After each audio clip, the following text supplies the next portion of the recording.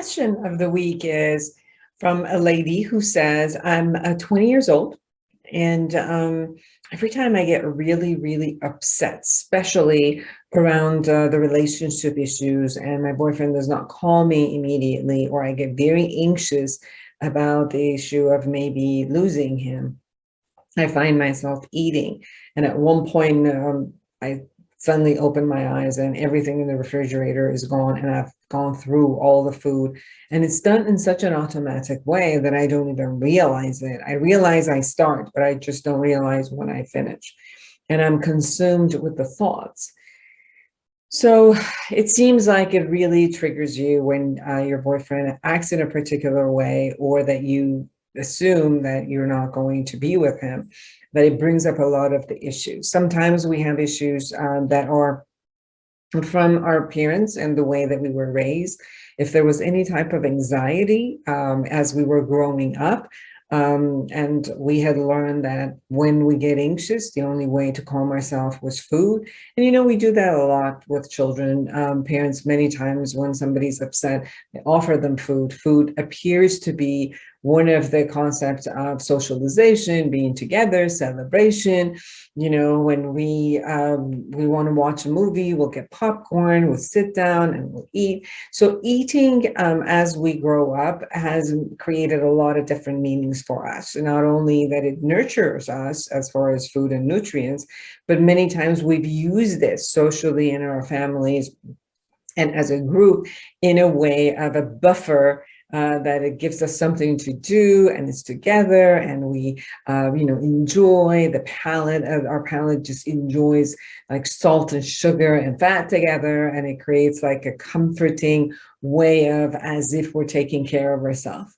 Not true all the time, because it depends on what you're eating, that whether you're going to take care of yourself or not. But the other side of it is it gets associated with some of the emotions. Where if I'm sad, I could eat my way and feel happy. Or if I'm angry, I could eat and not be angry anymore. Or it becomes a distraction for us. So comfort food, it might associate with pleasure, comfort, distraction, many other aspects. So it depends on what you see food as associated with, beyond just nutrition that there is.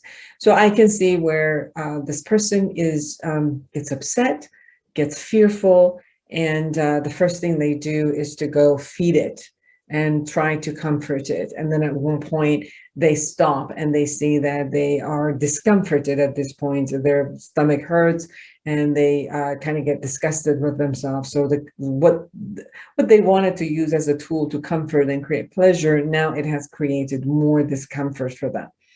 So one thing to look at is, what are all the ways that I can also release my emotions versus stuff them inside? So releasing fear might be that you could write a letter, you could do some reality check with what's going on, remember what they said, check with them and see how they are, and whether you could see, that the relationship is actually going well, and it's, your fear are unfounded. Or if the fear are founded and there is something going on, then maybe we could face it, we could talk about it, we could see what it is that we could solve, we could move forward. So bringing whatever the emotion is and the message of the emotion, feeling it, containing it in our body, and then doing reality check, talking to the person and finding out whether that fear is substantial or not, or if it's actual real or not.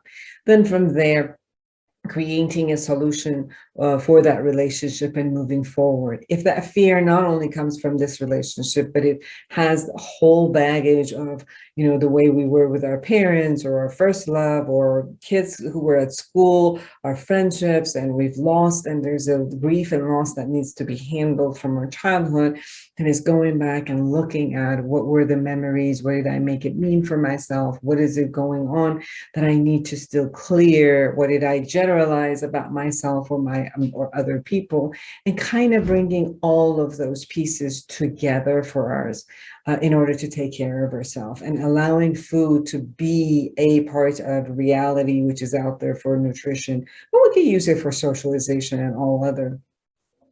But to only stuff our feelings and not hear them run away from them and not take care of them is going to create a lot of more of destruction for our life, and doesn't really handle the original concept of, is this relationship solid or not? So dealing with the issue on its own, containing the emotions on its own, and then allowing food to be what, as a vehicle of what it's supposed to be, is going to not only take care of you, give you the tools to handle things, do the reality check and handle the emotion. And even if there's something to handle from before, if you can do it yourself, do it with the awareness integration tools that you have from the book, or you could, seek for therapy and have somebody work with you through those traumas to bring that out. Thank you.